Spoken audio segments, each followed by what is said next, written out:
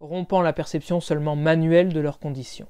Tous les artistes étaient les bienvenus dans son atelier car il se plaisait à les aider, nous l'avions vu avec Domenico Alfani. Or, pendant qu'il était à la réalisation de l'école d'Athènes, Raffaello reçut la visite d'un artiste en particulier, venu de Bologne, qui est entre-temps passé par Venise, Marcantonio Raimondi. Un graveur plus précisément, venu voir ses dessins. Raffaello les lui montra, se rappelant sans doute avec quelle facilité il avait lui-même accédé aux études de Leonardo à Florence, et quels bienfaits elles lui avaient apportés. Toute sa vie d'ailleurs, il tenta de préserver cette accessibilité, dans un souci de bonne entente, de relations amicales et d'intérêt commun avec ceux qui partageaient sa profession. Donc, Marcantonio Raimondi vit les dessins de Raffaello et en copia. La première fut selon toute vraisemblance Lucretia. Peu après, des épreuves circulaient sur le marché romain. Des collaborateurs ou des amis de Raffaello vinrent le trouver pour lui montrer un exemplaire. L'artiste, qui aurait pu s'en trouver vexé qu'un autre cueille le fruit de ses recherches, fut contre toute attente agréablement surpris. En plus de son langage graphique convaincant, Raimondi se montrait capable d'interpréter, et avec une assez grande fidélité stylistique, ses croquis. De surcroît, il les intégrait dans un contexte auparavant absent, en adéquation avec leur sujet, et traduisait admirablement les volumes, malgré le peu d'indications. Il fit quérir Raimondi, et s'entretint avec lui. Tombé d'accord, Raffaello avait trouvé un collaborateur inestimable. En effet, la gravure est un support très avantageux. Multiple, elle permet de reproduire en grande quantité une même image et de diffuser celle-ci à un très grand nombre de personnes pour un coût bien moindre que celui d'un tableau. Avec le chantier des stanze, Raffaello avait compris qu'il n'aurait pas le temps d'exécuter toutes ses pensées dans des œuvres peintes, ni de répondre à beaucoup de commandes extérieures. Ceci était un moyen de faire fructifier la moindre étape de son processus créatif, sans pour autant être interrompu au cours des projets majeurs. Pourtant, aucun document officiel ne subsiste d'un quelconque arrangement entre les intéressés. La nature de cette association reste mystérieuse. Nous ne savons pas combien de fois une même image était tirée, ni à quels endroits elles étaient vendues ou leurs destinataires, et encore moins la répartition des bénéfices. Mais il apparaît que Raimondi avait l'exclusivité sur les œuvres de Raffaello, même s'il ne les traitait pas systématiquement. Il reprenait à loisir, ou sur demande du maître, cela reste incertain. Les figures et compositions déclinaient à l'infini avec habileté. Ainsi, certains sujets, devenus très célèbres, furent uniquement traités en gravure, à commencer par le massacre des innocents, qui repose sur au moins 3 dessins préparatoires, conservés à Londres, Windsor, et le dernier à Budapest. Tous se concentrent sur les personnages et l'essentiel de l'action, mais aucun ne présente de paysage.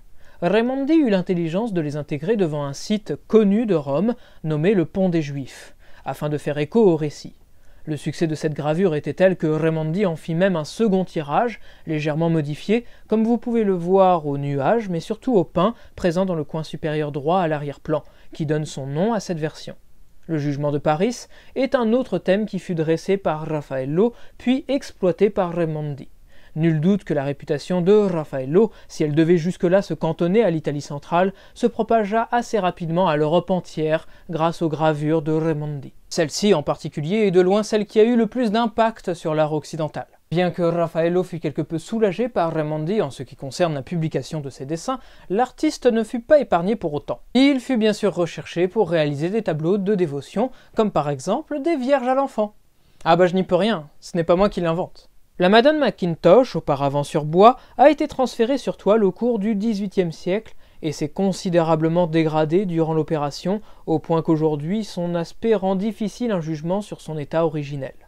Certains artistes se sont pourtant essayés à retrouver cette image perdue, dont Jean-Auguste Dominique Ingres, mais force est de constater qu'ils interprètent trop à leur manière le groupe de 2 personnages. Malgré sa conservation précaire et une appréciation limitée tant au niveau des couleurs que du geste de l'artiste, il a toujours été admis que l'œuvre était bien de la main de Raffaello, car elle est sans le moindre doute issue des dessins préparatoires conservés au British Museum, sans parler du fait que sa formule est affiliée à la petite Madone Cowper. Nous pouvons encore, cela dit, imaginer avec quelle finesse la transparence du voile, qui tombe encore de la tête de Marie, était rendue. La force de la composition pyramidale, le dessin plus complexe de la manche ainsi que le naturel du corps de l'enfant nous révèlent un plus haut degré de maîtrise pour ce sujet. Des qualités qui sont réemployées magistralement pour l'œuvre suivante, la Madone Aldobrandini, aussi appelée la Madone Carvar. Raffaello y atteint un équilibre et surtout une grandeur sans précédent, éclipsant même en toute honnêteté le prototype de la Madone à l'œillet de Leonardo.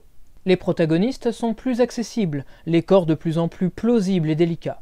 Le pilier, placé juste derrière la Vierge, appuie sa position centrale et lui confère une aura accentuée, apportée de surcroît par la hauteur de la ligne d'horizon. L'assemblage des trois couleurs principales, rose, bleu et vert, était particulièrement apprécié puisqu'il s'agissait de pigments rares et onéreux. Ces couleurs, tout comme la disposition de la partie inférieure du corps de l'enfant, se retrouvent de façon plus éclatante dans la Madonna d'Alba, ce qui suggère qu'elle a été réalisée dans le même laps de temps. Le paysage est toujours aussi calme, lumineux. La forme en tondo a été visiblement décidée de manière précoce et les croquis épars montrent que l'artiste est en effet toujours inspiré par les œuvres de Michelangelo. Au dos, Raffaello fait poser un modèle pour que Marie s'intègre parfaitement au cadrage, sans pour autant paraître contenue artificiellement. Exactement comme si cette Vierge d'humilité s'était assise à même le sol et que le cadrage serait venu par la suite pour nous permettre de l'observer. Coiffé d'un foulard à rayures qui se retrouve dans la Madonna Aldobrandini, Raffaello s'imprègne de la mode romaine. L'avancement de la fresque de l'école d'Athènes et son incontestable succès semblant justifier la clairvoyance du pape, tout en venant confirmer le statut de Raffaello comme peintre principal du Vatican, il reçut également des commandes liées strictement à la cour pontificale. Sollicité par des dignitaires pour des œuvres religieuses, comme c'est le cas pour la Madonna d'Alba destinée à Paolo Giovo, il fit aussi certains portraits. Nous ignorons quel individu est représenté dans celui-ci, mais il est possible qu'il s'agisse du puissant banquier Agostino Chigi. Le profil du Siennois, visible sur une médaille, tend en effet à le confirmer.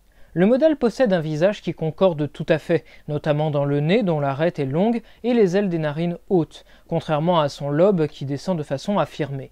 Pour être franc, la paternité du tableau est à peine accordée à Raffaello à cause de la prétendue raideur du portraituré. Mais celle-ci peut aisément s'expliquer par l'importance des charges d'Agostino Chigi au sein du gouvernement du pape, par sa fortune personnelle ou par la fonction même du tableau qui devait dresser officiellement son physique. En outre, ne vous méprenez pas, la ressemblance avec le portrait d'Agnolo Donni doit nous ôter tout autre doute sur l'origine de ce visage. Nous remarquons également qu'il adopte la même pose de trois quarts et malgré l'absence des mains ou le fond neutre, cette œuvre est clairement une autre héritière de la Joconde. Agostino Chigi n'était pas seulement un commanditaire pour Raffaello, puisqu'ils se sont liés d'amitié. Il en est de même pour Tommaso Inghirami, pour lequel il réalisa, a priori, cet étonnant panneau. Nous y voyons Inghirami écrasé sous un chariot de bœuf, car en 1508 son mulet est entré en collision avec un chargement de céréales. La peinture a donc été réalisée en tant qu'ex voto, c'est-à-dire en remerciement pour le rétablissement d'Inghirami qui a survécu à cet incident malencontreux. Ce prélat était reconnu pour ses talents d'acteur et d'orateur, raison pour lesquelles il était surnommé Phèdra, suite à une brillante interprétation du rôle-titre de la pièce du dramaturge romain Lucius Annaeus Seneca. Nommé en 1510 préfet de la Bibliotheca Apostolica Vaticana, il avait certainement accès au contenu de la bibliothèque personnelle du pape. Son amitié avec Raffaello, ainsi que son érudition, nous invite donc à le voir comme l'un des concepteurs du programme de la Stanza della Sagnatura. Une hypothèse qui paraît plausible, d'autant qu'Inghirami prête ses traits au philosophe Épicouros, dans l'école d'Athènes. Pour le portrait qu'il dresse, Raffaello le présente en lettré, comme le suggèrent les ouvrages placés à ses côtés. Assis à son bureau devant une pile de pages blanches, Inghirami lève les yeux en quête d'inspiration. Ce procédé permet au peintre d'esquiver habilement la déformation du regard de son modèle, atteint effectivement de strabismes divergents. L'étude du tableau pourrait s'arrêter là pour notre épisode. Néanmoins, il en existe une seconde version qui se trouve aujourd'hui au Isabella Stewart Gardner Museum. Elle ne semble pas être une simple copie, puisqu'elle était conservée à Volterra au sein de la famille Inghirami jusqu'au début du XXe siècle. L'hypothèse privilégiée est que la version du Palazzo Pitti, originelle, avait une fonction officielle, alors que celle de Boston était destinée au cadre familial. Mais sa qualité moindre ne joue pas en sa faveur. Elle est même soupçonnée d'être une copie plus tardive qu'on ne le pensait, c'est-à-dire du XVIIe siècle. Dans ce cas, elle ne serait plus attribuée ni à Raffaello ni à aucune main de son entourage. Un autre risque, non négligeable, serait qu'aucune des deux versions qui nous sont parvenues ne soit autographe, mais seulement des copies d'une œuvre tout simplement disparue. Quoi qu'il en soit, le portrait de Tommaso Inghirami est très instructif. Il témoigne de l'effervescence intellectuelle de la Curie qui attire à elle une foule de savants. Parmi eux se trouve Erasmus de Rotterdam, qui se lia lui aussi d'amitié avec Inghirami et fut plus qu'enthousiaste de trouver une telle atmosphère de science et d'esprit. La troisième fresque entamée par Raffaello se situe sur la paroi sud, juste sous la figure de la poésie, et conforte cette forte impression d'émulation culturelle ressentie par Erasmus. Le sujet en est le Parnasse. montagne où se rassemblent deux rechefs diverses personnalités emblématiques liées à la discipline invoquée par l'allégorie en surplomb. Nous trouvons dans celle-ci Homéros, Vergilius, Horatius, Ovidius, mais aussi Corinna, Vittoria Corona ou encore Psappho. Tous se déploient auprès de la source dans laquelle ils puisent leur inspiration, les 9 Muzai, elles-mêmes disposées autour du dieu Apollon. Ce dernier joue d'un instrument apparu au XVe siècle, mais dont l'anachronisme ne doit choquer personne à ce stade du chantier de la stanza. De fait, il n'a pas seulement été choisi pour son nombre de cordes, 9 comme les Muzai. C'est son nom qui justifie sa présence, Lyra da Braccio. Le terme de lyra reliant directement la Renaissance à l'Antiquité. L'Antiquité qui s'invite même par l'intermédiaire de l'ombre portée du bras de Psappho à l'intérieur du Palazzo Pontefico, dans la Rome de Jules II. En outre, nous effleurons la difficulté majeure à laquelle Raffaello s'est confronté.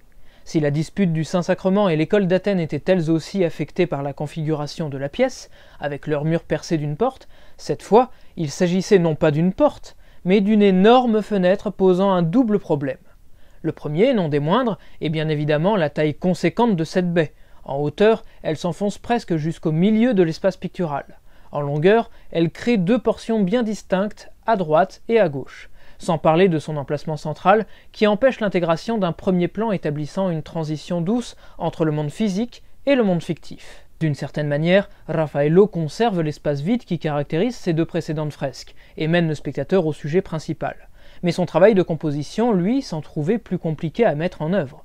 Pourtant, comme nous pouvons le voir, la solution a été de recourir à l'évocation d'une montagne. Quelle montagne ? Eh bien, celle qui est étymologiquement parlant la maison, la demeure d'Apollon et des Muzai.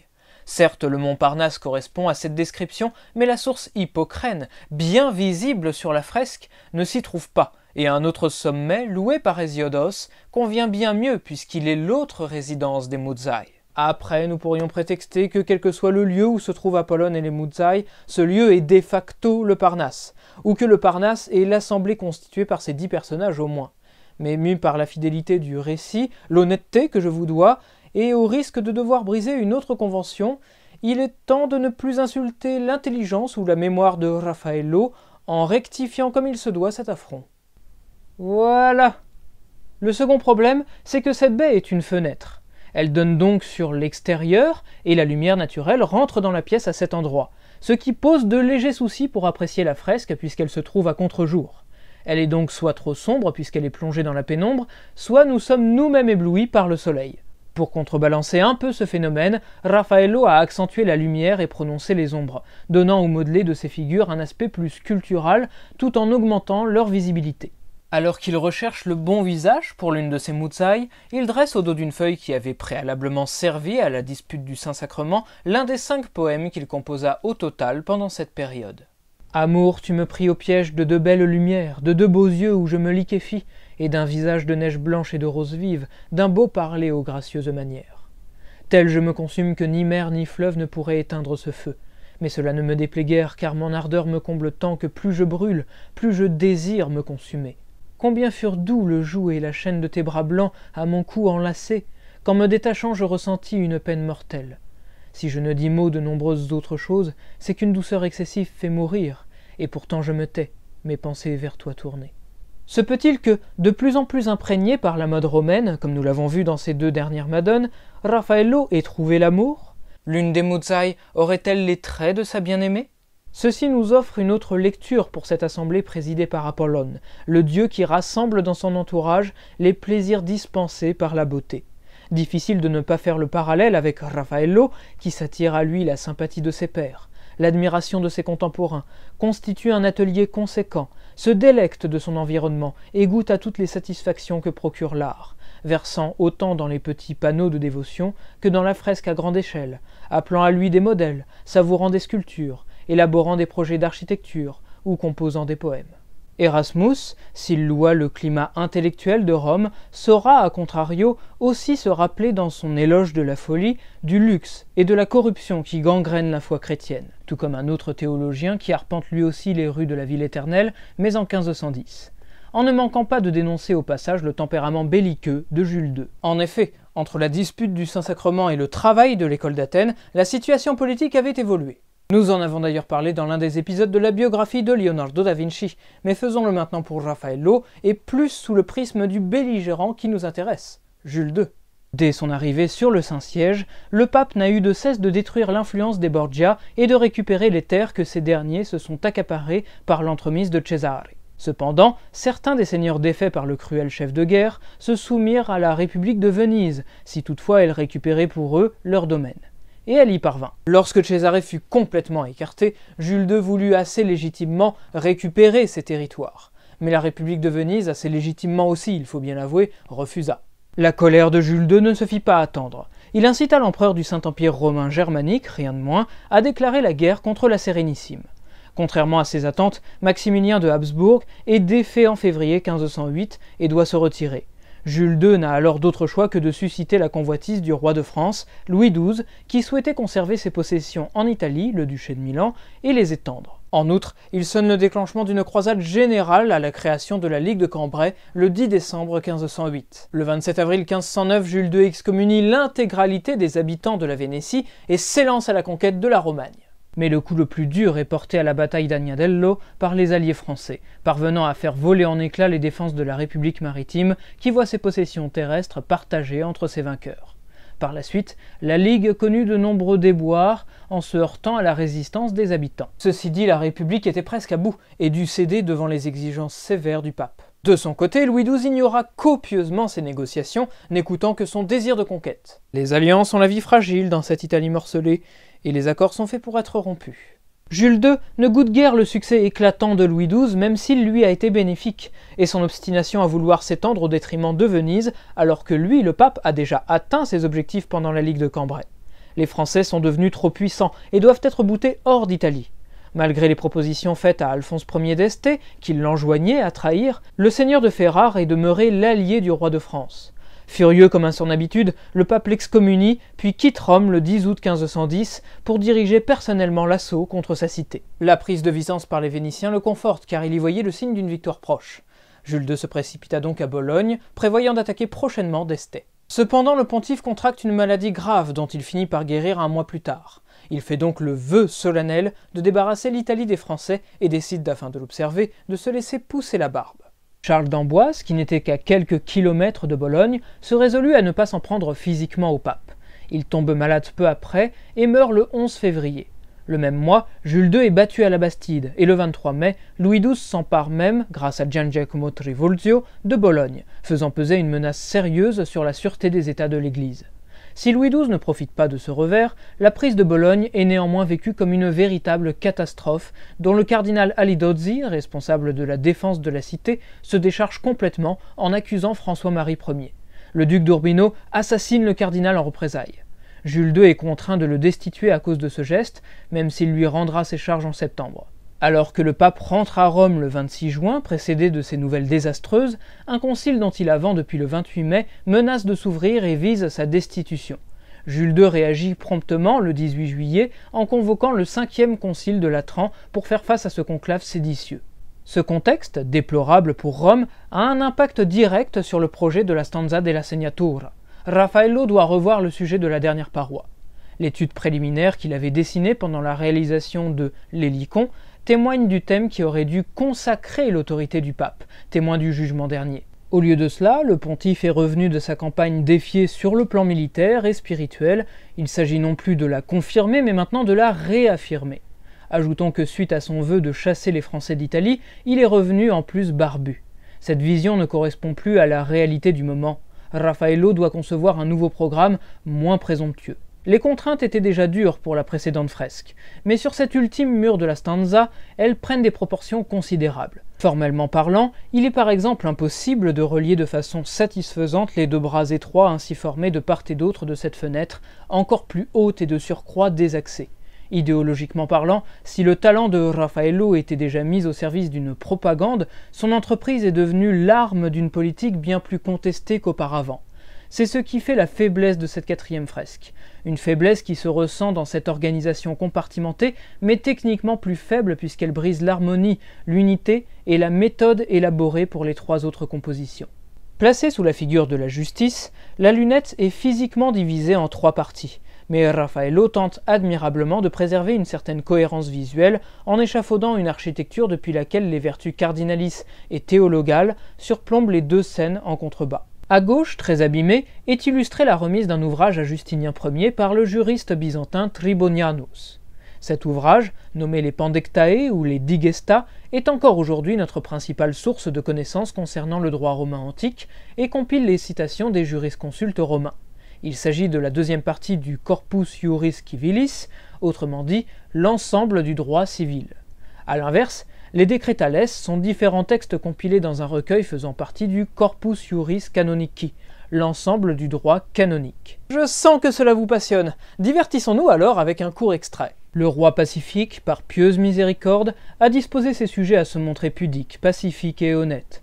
Cependant, la cupidité effrénée... Non, je ne vous sens absolument pas diverti. Poursuivons plutôt la lecture de la partie supérieure de la fresque. La figure du milieu, dotée d'un visage masculin derrière son crâne, tient un miroir. Elle personnifie la prudence. La charité est sur notre gauche, avec la femme casquée et en armure qui incarne la force. Une vertu spécialement attribuée à Jules II, comme en témoigne le jeune chêne qu'elle tient contre elle, symbole de la famille della Rovere, et l'un des signes présents sur les armoiries du pape. À droite, l'espérance porte le flambeau, puis viennent la tempérance, saisissant les rênes qui brident les passions, et pour finir la foi. La posture de la force est intrigante, car elle ressemble étrangement au Mozze de Michelangelo, qui n'était pourtant pas encore près d'être achevé. De plus, la technique utilisée n'est pas la même que dans l'Hélicon. Raffaello emploie de grands aplats de couleurs claires, il abandonne les trop nombreux effets de plis dans les étoffes et simplifie les formes. Voilà qui est curieux. Parallèlement aux vertus et la loi, Raffaello travaille à un projet que lui a confié Agostino Chigi avant que ce dernier ne parte pour Venise le 25 février 1511 dans le cadre de l'Alliance contre les Français. Non loin du cloître voulu par le cardinal Oliviero Carafa et érigé par Bramante, sur un mur de la Chiesa di Santa Maria delle Pace, se déploie une suite de sibylles et d'anges affublés de putti. Leur dessin est puissant, beaucoup plus mûr que ce dont Raffaello nous a accoutumés, et leur modelé fait davantage penser à des sculptures qu'à de la peinture. Lorsque le peintre se présente au caissier d'Agostino Chigi et qu'il réclame un supplément pour son travail, le fonctionnaire s'insurge. N'avait-il pas déjà reçu 500 ducats ? Raffaello resta calme et rétorqua. « Faites estimer mon travail par quelqu'un qui s'y connaît, et vous verrez si ma demande est raisonnable. » L'expertise fut dirigée par nul autre que Michelangelo. Le Florentin garda le silence en observant. Le temps s'écoule, et de longues minutes défilent encore avant que le caissier n'ose interrompre la méditation du maître. Pointant du doigt une sibylle, celui-ci répond « Cette tête vaut 100 ducats. Et les autres ? Les autres ne valent pas moins. » L'honnêteté et l'œil aguerri de Michelangelo avaient desservi l'employé de Chigi. Le travail mené par Raffaello valait au moins 600 ducats de plus que ce qu'il avait perçu. Qu'importait pour le caissier en fin de compte, ce n'était pas son argent et son employeur était richissime. L'expérience fut plus amère pour Michelangelo. Son ton avait été sec. Il avait déjà vu cette manière. Il savait d'où elle venait. L'architecte en chef de la nouvelle basilica di San Simon Kefas avait naturellement accès à toutes les parties du Palazzo Pontifico, ou presque, et à tous les chantiers, même aux siens, dans la Cappella Sistina, alors qu'il réclamait toujours la plus grande isolation. En effet, seule la Cortile Borgia séparait à vol d'oiseau Michelangelo de Raffaello. Bramante n'avait qu'à entraîner avec lui son pupille, à moins que ce ne soit sur son initiative, puis ils se seraient faufilés tous deux à son insu, ou pendant une absence, sous les échafaudages. Là-haut, à demi achevé, le chef-d'œuvre peint de Michelangelo naissait. 4 prophètes et 5 sibylles étaient déjà terminés. Il ne restait plus à l'Urbinate qu'à faire ce qu'il faisait le mieux, se nourrir de l'art des autres pour enrichir le sien. Cela avait très certainement dû arriver au moment où la 6e sibylle était encore en cours ou presque aboutie, pour qu'il puisse l'adapter jusqu'à ce qu'elle soit méconnaissable. Malgré tout, Raffaello ne se montra pas ingrat et prouva sa gratitude. Que cela fasse suite à quelque intrusion ou à l'ouverture exceptionnelle de la Cappella Sistina, les 14 et 15 août 1511, pour les célébrations religieuses de l'Assomption de la Vierge, il décide de faire un second hommage à Michelangelo, quitte à modifier la fresque de l'école d'Athènes alors que les travaux de la Stanza della Segnatura sont achevés. Ceci est confirmé par le carton conservé à la Pinacoteca Ambrosiana à Milan, qui montre l'espace vide devant l'escalier, et par les raccords d'enduit qui délimitent les bords de cet ultime personnage. Le philosophe Héraclétos d'Éphèse, la tête appuyée sur son poing. Raffaello le représente cette fois sous les traits d'un philosophe pessimiste, en proie au doute et mélancolique. Le fait-il pour saluer le génie de ce caractère taciturne, ou bien pour respecter son souhait de demeurer solitaire? Une attitude diamétralement opposée à la sienne, car il ne cesse pour sa part de s'attirer des fidèles. Le 4 octobre 1511, Raffaello est même nommé rédacteur des Brefs apostoliques par Jules II. C'était une pratique courante, au moins depuis le roi de France Jean de Lebon, d'octroyer des charges presque honorifiques ou même diplomatiques aux artistes, afin d'officialiser leur statut au sein de la cour et d'accroître leurs revenus. C'était également un indicateur viable sur la sympathie accordée par le souverain. Pour en revenir à Raffaello, de cette façon, il ne sera plus jamais dans le besoin. En l'espace de 3 ans, Raffaello, le jeune artiste, qui n'était autrefois connu que dans le centre de l'Italie, est désormais devenu le peintre officiel du Vatican et le protégé du pape. Un prodige qui s'est imposé dans la stanza della Segnatura et suit déjà les pas de l'illustre peintre antique Apelles. Sa peinture ravit tout le monde, il dirige un atelier important, se forge des amitiés puissantes. Son emprise est désormais absolue.